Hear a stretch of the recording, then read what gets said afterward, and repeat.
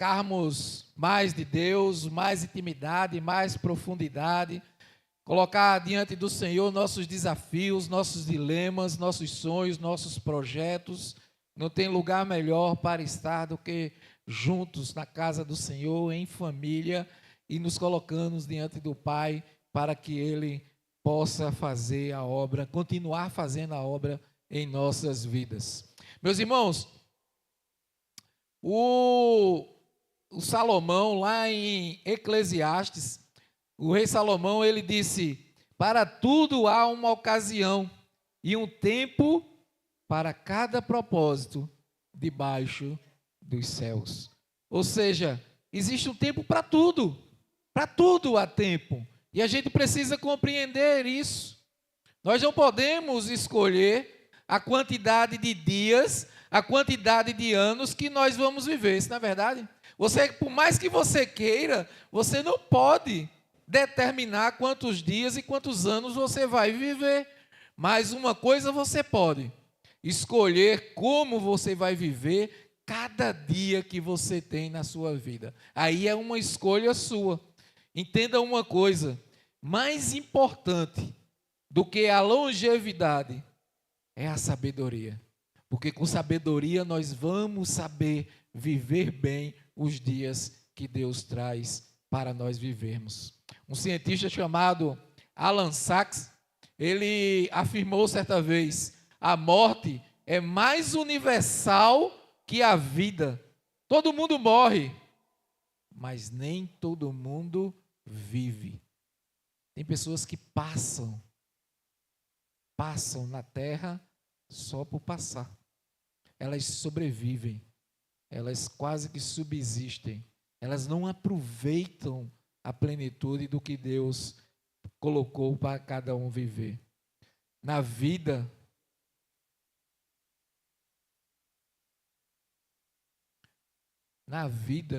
não há apenas uma extensão, mas nós precisamos aprender a viver a profundidade. Não olhar só a longevidade, só quanto tempo vamos passar aqui, mas a profundidade do que nós estamos aprendendo, vivenciando, aproveitando o tempo que Deus nos trouxe aqui. Deixa eu fazer uma pergunta: como é que você tem lidado com o seu tempo? O que é que você tem feito com o tempo que Deus te deu? Porque você não tem mais tempo, nem menos tempo do que o irmão que está ao seu lado. Todos nós temos o mesmo tempo, 24 horas por dia. E o que é que você está fazendo com o seu tempo? Nós precisamos parar e refletir. Nós passamos da metade do ano. Estamos literalmente acabando de passar pela metade do ano. E é geralmente nessa etapa que começamos a pensar sobre o ano que nós estamos vivenciando. Como já passou-se metade dele, já chega o final dele. E o que é que nós estamos fazendo com ele?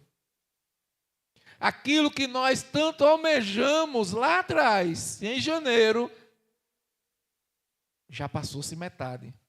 E o que é que nós estamos fazendo com ele? Portanto, hoje eu quero refletir com vocês sobre isso. Como viver sem tempo a perder? Porque nós precisamos viver assim, sem tempo a perder. Nós não podemos dar-nos o prazer de perder o tempo, de deixar o tempo passar com coisas infrutíferas. Deixa eu te fazer uma pergunta. Você tem sentido que perdeu metade desse ano e que as coisas não aconteceram conforme você pretendia que acontecesse e você não está sabendo lidar com isso?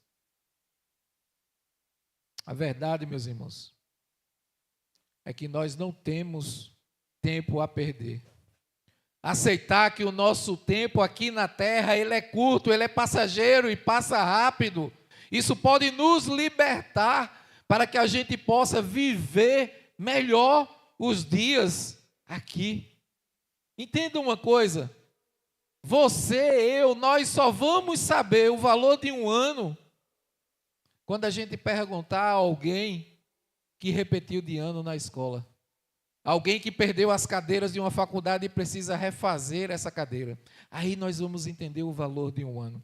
Nós só vamos entender o valor de um mês quando a gente perguntar a uma mulher que teve um filho prematuro, que vai entender o quanto aquela falta de um mês foi importante para aquela criança que veio ao mundo de forma prematura. Nós só vamos saber o valor de uma semana quando a gente perguntar a quem projeta um jornal durante uma semana, uma mídia durante uma semana. Aí nós vamos entender quão valioso é cada etapa de uma semana. Nós só vamos saber o valor de um dia quando a gente perguntar a uma diarista que arduamente gasta esse tempo para fazer uma faxina em uma casa. Converse com ela quão é precioso uma diária e você vai entender o valor de um dia. Para saber o valor de uma hora, pergunte a dois noivos que estão prestes ali de se casar. Eles não veem a hora de se encontrar perante o pastor para oficializar e receberem a bênção do Senhor. Você quer saber o valor de um minuto? Pergunte a alguém que chegou 1 minuto atrasado no aeroporto e perdeu o voo. Você vai saber o valor de 1 minuto. Você quer saber o valor de 1 milésimo de segundo?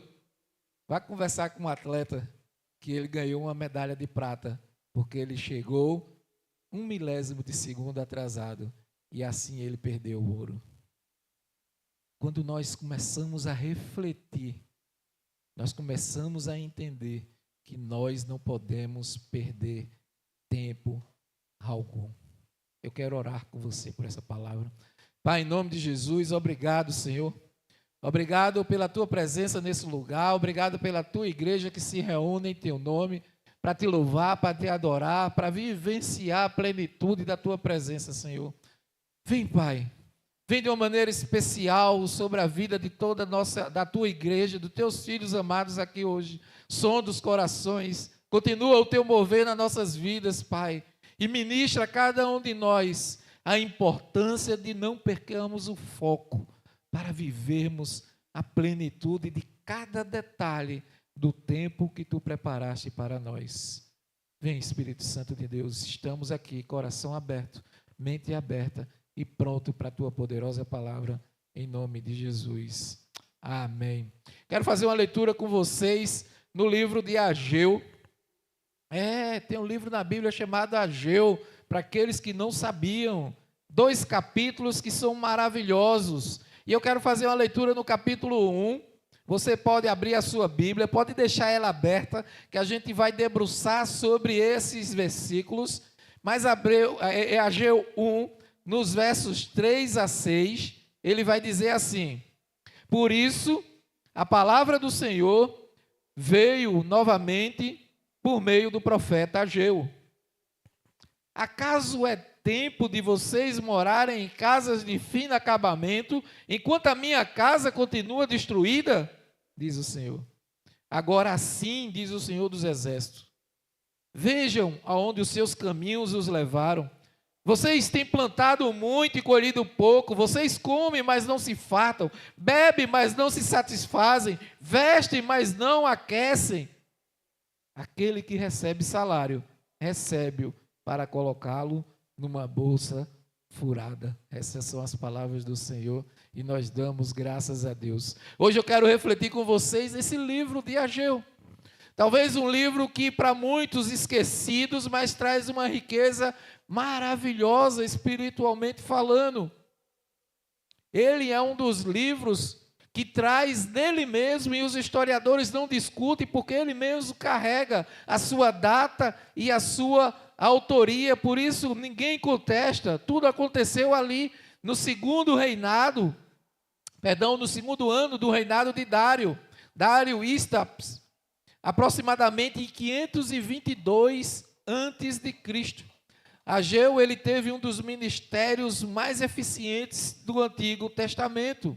E aqui, nesse contexto, aqui nesses 2 versículos, nós vamos contemplar muita riqueza e 4 princípios preciosos. É incrível como em 4 meses Ageu, ele despertou o povo de Judá da sua letargia espiritual, da sua acomodação espiritual, e persuadiu o povo a completar o templo do Senhor na data de 12 de março de 515 a.C. É verdade que pouco se sabe mais detalhado sobre o profeta Ageu, mas muito provavelmente ele foi um dos poucos idosos que haviam visto o templo de Salomão, e ele sobreviveu ao exílio babilônico devido à referência que a gente encontra no capítulo 2 e verso 3, que diz assim: quem de vocês viu esse templo em primeiro esplendor? Comparando com ele, não é como nada o que vocês veem agora. Então, muito provavelmente, Ageu, ele tinha uma certa idade, ele viu e vivenciou o templo de Salomão, e vendo a plenitude daquele grande templo. Depois ele foi levado para o exílio babilônico, depois ele retorna, e ali tem é intuído para levantar o templo do Senhor. Ele tem um desafio que Deus traz para ele levantar o povo para a reconstrução do templo, e já ali uma certa idade a gente pode tirar aqui por esse contexto. E uma coisa a gente logo aprende aqui, meus irmãos: a sua idade, ela não impede o agir de Deus. Não é a sua idade que vai limitar você de servir ao Senhor, que vai impedir você de fazer alguma coisa ao Senhor. Mas sabe o que é que vai poder impedir que você faça algo para o Senhor? A sua desobediência, a sua incredulidade. Isso sim pode adiar um projeto do Senhor que Deus tem para a sua vida. Entenda, Deus, ele não está à procura Deus, ele está à procura dos obedientes para que o tempo se curve diante da sua glória revelada. Ele está buscando o povo que obedece a ele, independentemente de idade, independentemente de você achar que pode ou não. Deus, ele não está atrás de perfeição, porque perfeito é ele que capacita os escolhidos, mas ele está atrás dos obedientes. Você tem sido obediente ao Senhor? O contexto histórico aqui,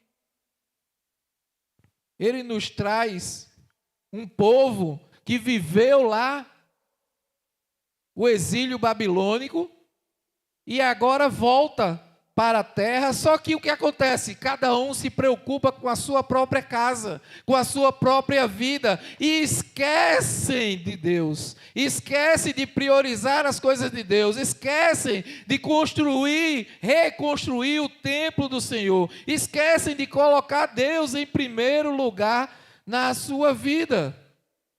É incrível. Por que é que Ageu ele conseguiu em tão pouco tempo aquilo que em décadas outros não conseguiram, que era levar o povo a reconstruir tudo aquilo?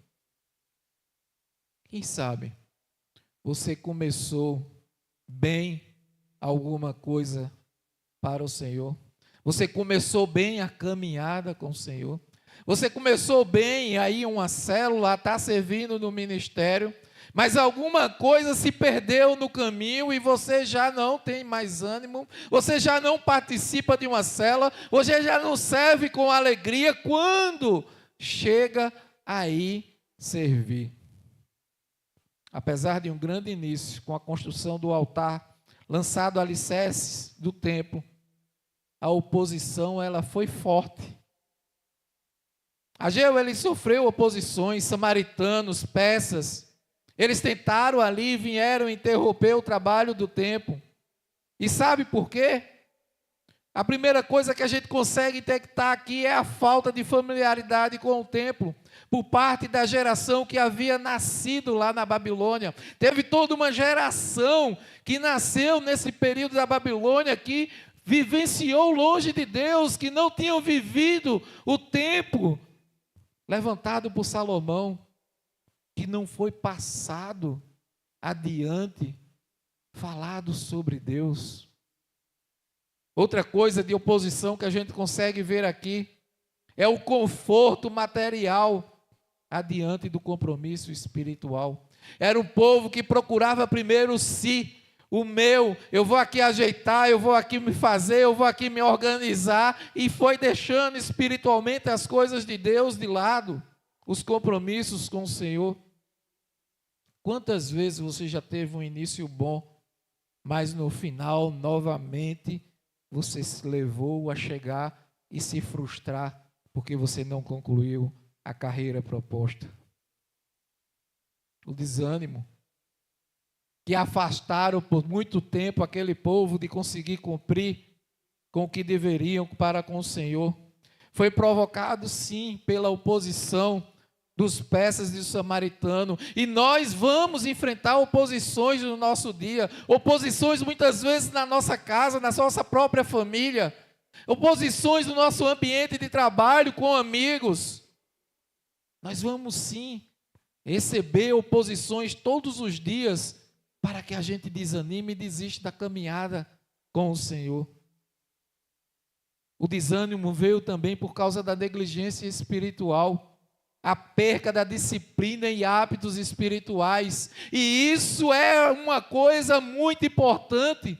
Como muita gente anda desanimada, e você vai conversar com as pessoas, eu não sei por que eu estou passando isso, e a gente pergunta, como é que está a tua leitura? Faz tempo que eu não tenho força para ler, eu não tenho força para orar, eu não pego. Como é que a gente vai se fortalecer espiritualmente, se a gente não lê palavra, se a gente não ora, se a gente não jejuma, se a gente não faz voto, se a gente não vem viver a igreja? Tudo isso Jesus criou, trouxe para nós, para entendermos que sem isso nós vamos esfriar, nós vamos nos distanciar do Senhor.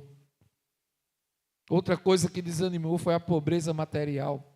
O empobrecimento o levou a um nível mais profundo de distanciamento com Deus. Quando nós não vivemos a presença de Deus, nós vamos vivenciando um vazio, e a gente vai percebendo que as coisas vão desandando. Ah, pastor, mas está tudo desandando na minha vida. É, filho, nunca mais eu te vi na igreja? Tu mal vem na igreja? Como é que está a tua vida de oração? Ah, não sei, nunca mais eu orei, eu não tenho força para orar. É isso. É claro que vai bagunçar tudo. Quando a gente não está na presença, as presenças do inimigo é que sobrevêm sobre nós. E ele não quer a nossa alegria, ele quer nos destruir. O inimigo ele veio para matar, roubar e destruir. O livro de Ageu ele é dividido em 4 mensagens. Ageu ele foi levantado por Deus no meio do povo para levá-los à vitória. E eu quero aprender com vocês aqui, refletir juntos, como esse profeta ele não perdeu tempo e ele nos ensina a perseverar no propósito do Senhor. Então, a primeira coisa, para que você não perca tempo, cumpra todos os seus votos feitos a Deus, cumpra aquilo que você prometeu com Deus. A gente se coloca diante de Deus e a gente está vivenciando as quartas da vitória, e a gente chega, não, Senhor, eu quero fazer um voto com o Senhor, eu coloco essa coisa diante de Ti, me ajuda, me dá a vitória nisso aí, eu prometo fazer aquilo aí. Você está fazendo o que você prometeu? Que a gente quer receber as bênçãos, mas a gente esquece que a gente está diante de um Deus que sabe todas as coisas, e a gente prometeu algo a Ele. Às vezes a gente prometeu orar mais e a gente não está orando. Às vezes a gente prometeu ler a palavra todo dia, a gente não está lendo. O texto fala, acaso é tempo de vocês morarem em casa de fino acabamento, enquanto a minha casa continua destruída? Agora sim, diz o Senhor dos Exércitos, veja onde os seus caminhos os levaram. Vocês têm plantado muito e colhido pouco, vocês comem, mas não se fartam, bebem, mas não satisfazem, vestem, mas não se aquecem. Aquele que recebe salário, recebe para colocá-lo num bolso furado. Nada consegue trazer frutificação. Por quê? Porque é um povo que se desviou do caminho do Senhor. É um povo que botou outras prioridades fora do Senhor. Não tem como frutificar. Essa primeira mensagem de Ageu. A nação, ele convoca a nação a um arrependimento. Arrependimento por causa da procrastinação, da reconstrução do templo do Senhor. Todo mundo olhando para si, se esqueceram de reconstruir o templo do Senhor. E ele exorta eles. Ageu fez uma convocação para um novo compromisso, uma explanação, a respeito das esperanças que tinham sido desfeitas. Se nós olharmos o texto, capítulo 1, do verso 1 a 15, a gente vai perceber que o povo havia retornado para a região da Judéia com a intenção de reconstruir o templo arruinado. Por mais de uma década, o trabalho estava lá abandonado. Há quanto tempo você tem abandonado o projeto de Deus na sua vida? Sabe aquele projeto do Senhor que você estava tão empolgada para vivenciar? Há quanto tempo está encostado e está abandonado? O povo de Israel, ele perdeu o foco. Essa era a verdade. Deus os tirou da Babilônia para cumprir uma missão, mas eles se acomodaram. Deus, ele nos tirou, cada um de nós, onde nós estávamos, para nos colocar aqui. A gente não pode perder o nosso foco. Nós não podemos nos acomodar no nosso mundinho, porque Deus tem propósito para nós a partir desse lugar. A gente não pode se acomodar, precisamos entender isso. Portanto, hoje é dia de você recuperar o seu foco. Você voltar à ativa do Senhor, a queimar a chama do seu coração. Não há conquista, meus irmãos. A gente não vai avançar como igreja se a gente não voltar a queimar o coração e focar no que Jesus nos chamou para fazer. Olhar para o povo e alcançar todas as pessoas para Jesus. A gente precisa pensar como família da fé. O verso 10 do primeiro capítulo diz: por isso, por causa de vocês, o céu reteve orvalho e a terra deixou de dar frutos. Quem não gera frutos, corta. Esquece que Deus poda, Ele poda. Mas Ele poda com um sentido, para irmos gerar frutos. Você colhe de acordo com o lugar do investimento que você faz. Tem gente que está querendo colher, mas não está querendo investir. Tem gente que investe só em coisas ruins, distante das coisas do Senhor. Como é que eu vou receber as bênçãos do Senhor se eu não estou colhendo no ambiente do Senhor?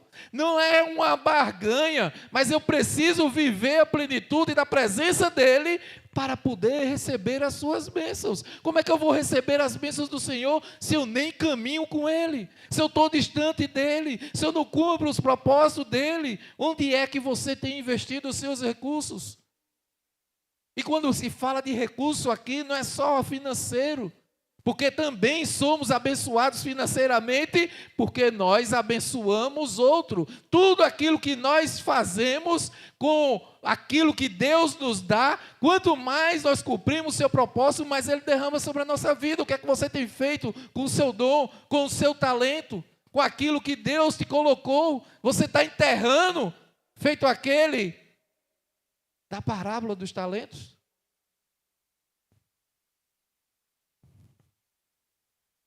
Prosperidade não é a quantidade de recursos que você tem, mas a capacidade de você se satisfazer com o que Deus te deu. Tem muita gente querendo ser próximo, quer mais, quer mais, quer mais, quer mais, quer mais. Isso é do mundo.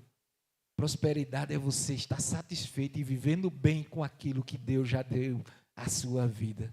Talvez você esteja reclamando tanto, murmurando tanto, e Deus te deu uma família tão linda, tem assim de gente querendo ter uma família que você tem, que Deus te deu. Isso é prosperidade. É viver bem com aquilo que Deus já te entregou. E todos os dias Deus nos entrega algo. Todos os dias. A aliança é a única ponte que nos conecta à bênção. A aliança com Deus, o firmamento com Deus, a conexão com Deus é a única ponte que nos leva às bênçãos de Deus. Quais são os compromissos que você assumiu com Deus e que você não vive cumprindo? Aonde os seus caminhos têm levado você? Para distante do Senhor? O que é que você está vivendo na sua vida? Porque muitas das consequências que estamos vivendo é por causa daquilo que nós plantamos. Deus, Ele leva a sério a palavra que você deu a Ele. Se você um dia abriu a boca e disse: Pai, toma o meu coração e toma a minha vida, por que é que você está andando pela sua vontade? Por que é que você está fazendo as suas escolhas? Porque antes de você tomar uma decisão que é difícil, você não ajoelhou e foi perguntar a Ele o que era que Ele tem para você? Mas não, você está querendo igual ao povo que estava acomodado, olhar para si. é a minha felicidade, é o que eu quero, é o que eu desejo.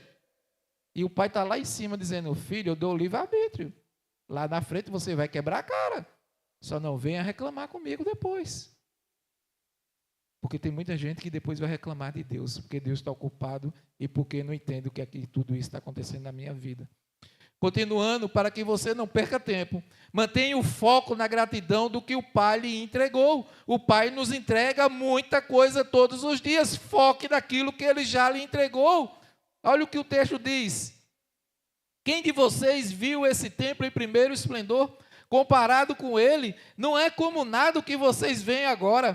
Coragem, Zorobabel, declara o Senhor. Coragem, sumo sacerdote Josué, filho de Jeozadak. Coragem, ao trabalho, ó povo da terra, declara o Senhor, porque eu estou com vocês, declara o Senhor dos exércitos. Essa é a aliança que fiz com vocês quando vocês saíram do Egito. O meu espírito está entre vocês, não tenham medo. Assim diz o Senhor dos exércitos. Dentro de pouco tempo farei tremer o céu, a terra, o mar e o continente. Essa segunda mensagem de Ageu, a nação de Israel, ela é encorajada a ir reconstruir o templo. A presença de Deus, a luz da presença de Deus em meio às suas promessas que Deus trouxe. O povo chama eles. Deus chama o povo a vir cumprir aquilo que Deus tinha prometido para eles, trazendo à memória tudo aquilo. Aqui no texto 2, no capítulo 2, verso 1 a 9, a gente vê Ageu ali encorajando o povo a cumprir o propósito de Deus. E ele nos afirma, o Senhor disse: estarei com vocês. É sua aliança, é sua promessa para conosco. Ele disse: eu estarei com vocês. Ah, sim, mas eu estou passando por uma tribulação. Jesus disse: vamos ter a tribulação, mas tenha bom ânimo, eu venci, eu vou estar com você. Logo, você também vencerá. Entenda uma coisa, a coragem é a expectativa vitoriosa sobre grandes batalhas, provocada pela presença de Deus. Tenha coragem. Tenha coragem, porque você vai vencer as batalhas da vida com o Senhor. O povo de Israel, eles estavam trabalhando há quase 2 meses, quando Ageu recebeu outra mensagem, que o povo precisava ser encorajado. Por quê? Porque o tempo do exílio, ele não se comparava, o templo, né? O templo, antes do exílio, ele não se comparava com o tamanho e beleza. O templo lá que Salomão havia construído, que Nabucodonosor destruiu. E agora a construção que eles estavam fazendo não se comparava ao esplendor da beleza do templo na época de Salomão. E eles estavam, por causa disso, desanimados. Sabe o que é que isso me lembra? Isso me lembra toda vez que a gente chega lá na IC. E Miguel eu acho esplêndido, porque o bispo toda vez nos reúne. Ele não nos reúne numa sala, quem teve a oportunidade de ir conosco o ano passado sabe. Ele não nos reúne em uma sala para tirar uma foto e mostrar os anglicanos, não. A gente faz questão de mostrar, para mostrar que juntos, em unidade, buscamos a edificação, buscamos crescer, buscamos estar juntos ali aprendendo, enfim. Mas ele nos junta para trazer uma mensagem. Sabe, essa grandiosidade que a gente vê aqui em tudo na IC, a gente precisa filtrar, ouvir a voz de Deus, para o que Deus quer fazer na nossa realidade. Porque se a gente for olhar para aquilo tudo, a gente vai desanimar. Tem muita gente que vai dizer: eu não sou capaz de fazer isso. A coisa que eu amo fazer, e dessa vez eu fiz com... Toda vez que nós falamos as nossas atitudes, as nossas estratégias vão sendo diferentes para a gente levar mais proveito. Então, dessa vez, a gente não saiu do templo central, a gente aproveitou cada etapa e cada dia que estava lá. Nós fomos o culto de campanha da Vitória, antes mesmo de começar, nós fomos o culto de campanha da Vitória. Negona foi participar lá do andar de cima, que é o momento de oração. Nós passamos lá e babamos ali nos juniores, sabe? 3 acontecendo ao mesmo tempo, 3, para não dizer 4. Né? Com um intuito diferente, mas estava acontecendo 4 cultos diferentes, no mesmo dia, no mesmo horário. Isso é um povo entregue. Tinha um culto no templo central só para o Kids, em outro local só para os juniores, em um outro local só para o juventude, os jovens acima de 23 e 30 anos. E tinha um outro espaço acontecendo, um outro culto, para casais jovens. Casais jovens.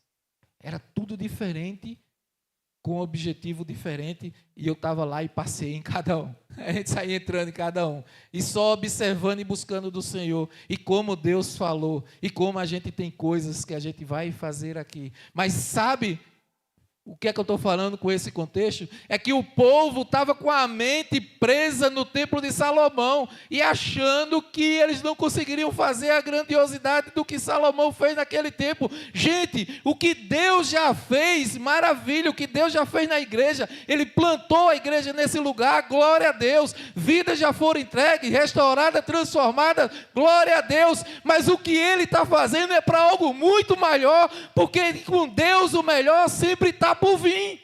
Então eu não posso ficar preso no passado, naquilo que Deus fez. Eu trago a mente para me lembrar que o Deus que é poderoso, que plantou essa igreja, é o mesmo Deus que é poderoso, que vai nos destravar para a gente ir além. Foi isso que Ageu trouxe para esse povo.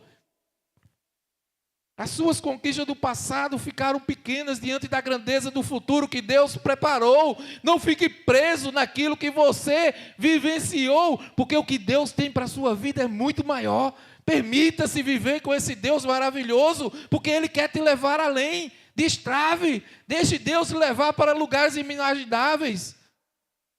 O povo, ele precisava ser encorajado.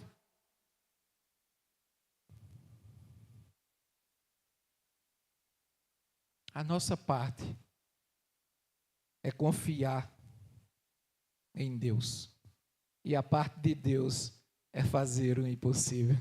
Porque o que é impossível, para Deus, nada é impossível. Para nós pode ser, mas para Ele, Ele pode tudo fazer. A palavra trazida pelo profeta Ageu era de que a coragem para conquistar viria do próprio Deus. Você precisa entender uma coisa. Deus, Ele te entregou um sonho grande demais para você conquistar. Você pode pensar assim. Mas esse sonho grande demais para você conquistar, ele é pequeno demais para Deus realizar. Ele vai estar com você, porque se Ele entregou para você conquistar, você vai conquistar. Então tire esse sentimento de medo, de incapacidade, porque Deus está com você, e se Ele lhe entregou um sonho, se Ele lhe entregou um propósito, Ele vai cumprir na sua vida. Creia, permaneça, persevere, não perca o foco, e deixa que Deus vai te conduzindo até tudo se concretizar. Você irá realizar, coragem. Nós precisamos sim ver e perceber nossas limitações, mas não entrar em parafuso por causa disso. Olha o versículo 9, a glória dessa última casa será maior do que a primeira, diz o Senhor dos Exércitos, e nesse lugar darei paz, diz o Senhor dos Exércitos. Como eu já disse, aqui Deus já fez maravilhas, mas eu não vejo a hora daquilo que o Senhor ainda tem para construir através de nós. Muita coisa ainda está por vir, creia, e nós precisamos, junto como uma família, continuar marchando, continuar focado, continuar indo. Mesmo quando não entendemos, precisamos continuar marchando. Eis-me aqui. Foi o que mais o Rilka falou, 4 vezes. Pastor, eis-me aqui, pastor. Eis-me aqui, né, pastor? Eis-me aqui. Deus, Ele não está te reconstruindo. Ele está te ampliando. Ele está te alargando, Ele está te esticando para que você possa ir adiante, acima, muito além daquilo que você pode imaginar. Receba. A restauração das suas ruínas será um pavimento para a manifestação de uma glória muito maior. Aleluia. Por fim, para que você não perca tempo, busque continuamente a santidade e a intimidade. Nós precisamos buscar a todo tempo a santidade e a intimidade com Deus. O texto vai dizer, então, disse Ageu, é o que acontece com esse povo e com essa nação, declara o Senhor. Tudo que fazem, tudo que me oferecem é impuro. Essa terceira mensagem aqui de Ageu, a nação de Israel ela é exortada a reconstruir o templo como uma expressão de consagração interior ao Senhor, e só assim receber as bênçãos do Senhor que vinham daquele povo que estava apático. O texto de Ageu, no capítulo 2, os versos 10 a 19, é uma chamada para a santidade. A santidade de Judá não podia ser determinada pela suposta santidade da casa de Deus. Era necessário obediência, era necessário foco em Deus. Não basta se conectar ou assistir uma celebração ou simplesmente ir a uma célula, meus irmãos. É necessário ter uma vida que agrade a Deus, e a vida que agrada a Deus é uma vida plena na sua palavra. Entenda isso. Deus, ele não recebe sacrifícios impuros. Não adianta você falar muito lindo da sua boca e você ter uma vida suja que não agrada a Deus. Não adianta. Deus, ele não quer sacrifício, ele quer sua entrega, ele quer relacionamento, ele quer seu coração. Não adiantava aquele povo ofertar, ir ao templo, era necessário ter um coração obediente e consagrado a Deus. Entenda, o que valida a nossa obediência é a consagração do nosso coração a Deus. A Deus. Nós não somos perfeitos, mas Deus quer uma entrega total a Ele, do jeito que nós somos. Antes do exílio, o povo de Deus pensava que pelo menos Jerusalém iria segurar, que era um lugar onde o templo estava. Entretanto, os babilônios vieram, saquearam tudo, destruíram o templo. Meus irmãos, estar na igreja por religiosidade é estar no lugar certo, mas com as expectativas erradas. Não adianta vir por uma religiosidade. Pelo contrário, Jesus combateu os religiosos que sabiam muito bem da lei, mas o próprio Filho de Deus estava diante deles e eles se recusaram. Esse é um lugar, se você vir só por religiosidade, esse vai ser um lugar vazio, sem presença. Mas sabe quando aqui se torna um lugar de milagres? Quando nós não perdemos tempo, quando nós buscamos encontrar no Senhor dos Senhores a sua presença, quando nós vivemos em busca do Senhor, porque nós não conseguimos viver sem a sua presença, porque a gente não sabe viver sem Ele. É por isso que a família do Senhor se reúne, porque são pessoas perfeitas que precisam daquele que é perfeito para viver. Então, quando nós viemos para a casa do Senhor com esse olhar: Pai, eu estou indo para a tua casa, para junto da tua família, para te louvar, para te adorar e para mais uma vez entregar o meu coração, porque sem ti eu não sei viver. Aí esse se torna o melhor lugar para a sua vida. Intimidade, santidade, autoridade, tudo isso vai levar à conquista. Olha o que o texto diz: eu destruirei todo o trabalho das mãos de vocês, como mofo, ferrugem, granizo, mas vocês não se voltaram para mim, declara o Senhor. A partir de hoje, dia 24 do 9º mês, atente para o dia em que os fundamentos do templo do Senhor foram lançados. Reconsiderem. Ainda há alguma semente no celeiro? Até hoje a videira, a figueira, a romeira, a oliveira não tem dado frutos, mas de hoje em diante abençoarei vocês. Ei, se estava tudo travado na sua vida, que hoje você entregue o seu coração sinceramente ao Senhor, porque Ele vai destravar, as comportas do céu vão se abrir e as bênçãos dEle vai vir sobre a sua vida e sobre a vida da sua família, diz o Senhor a obediência em construir, disposição para viver Deus e colocar Ele em primeiro lugar. Tudo isso nos traz as suas bênçãos incontáveis e imerecidas sobre nós. Prepare-se para um tempo de colheita e de bênção de hoje em diante. Receba isso em nome de Jesus. Eu concluo essa mensagem com um chamado a todos vocês a não perder tempo. Mantenham o foco em Jesus. Mantenham o foco em Jesus. Os versos 22 e 23, o capítulo 2 diz: derrubarei tronos, destruirei o poder dos reinos estrangeiros, virarei os carros e os seus condutores, os cavalos e os cavaleiros cairão, cada um pela espada do seu companheiro. Naquele dia, declara o Senhor dos exércitos: eu tomarei o meu servo Zerubabel, filho de Sealtiel, declara o Senhor, e farei de você um anel de selar, porque eu tenho escolhido, declara o Senhor dos exércitos. Essa é a quarta mensagem. A bênção futura e a primazia de Israel por meio da descendência de Zorobabel, encorajando o líder em seu programa de reconstrução do templo. Ageu, ele traz uma mensagem escatológica aqui de que um dia essa terra será abalada e o reino será governado por Jesus, o filho maior de Davi. Aqui Ageu aponta para Jesus. O Antigo Testamento todo aponta para a vinda de Jesus. Preste atenção.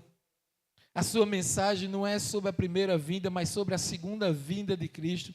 A primeira vinda de Jesus, ele veio como servo redentor, humilhado. Está lá em Marcos 10, capítulo 45, não é mesmo? O Filho do Homem veio para ser servido, mas para servir e dar a vida em resgate de muitos. Mas aqui Ageu está apontando para a sua segunda vinda, onde Jesus ele virá como um rei exaltado. Está lá em Filipenses 2, nos versos 9 e 11.